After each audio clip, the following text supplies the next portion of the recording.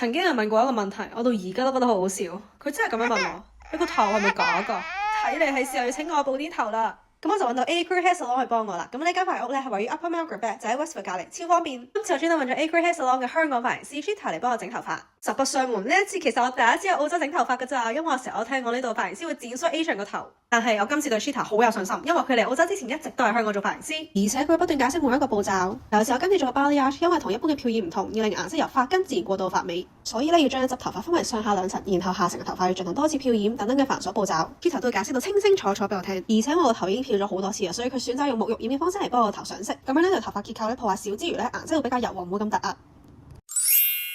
哇！雖然我坐喺個salon差唔多10個鐘，但係個成果真係感覺到想喊啊！因為我成功告別咗個布甸頭，而且個balayage真係太靚，顏色超級自然，就算翻工都唔會俾阿頭話。最緊要嘅係我而家覺得我自己行路都有風啊！而家靚髮色嘅我有更加多動力去打扮，令自己更加有自信。如果你同我一樣都唔敢喺澳洲剪頭髮，但係又想有好睇嘅髮型呢，請你一定要試下。非常 Acre Hair Salon 嘅香港髮型師 Chita 俾一個全新嘅面貌你。我係 Grace，follow 我，發掘更加多澳洲好玩好食好去處。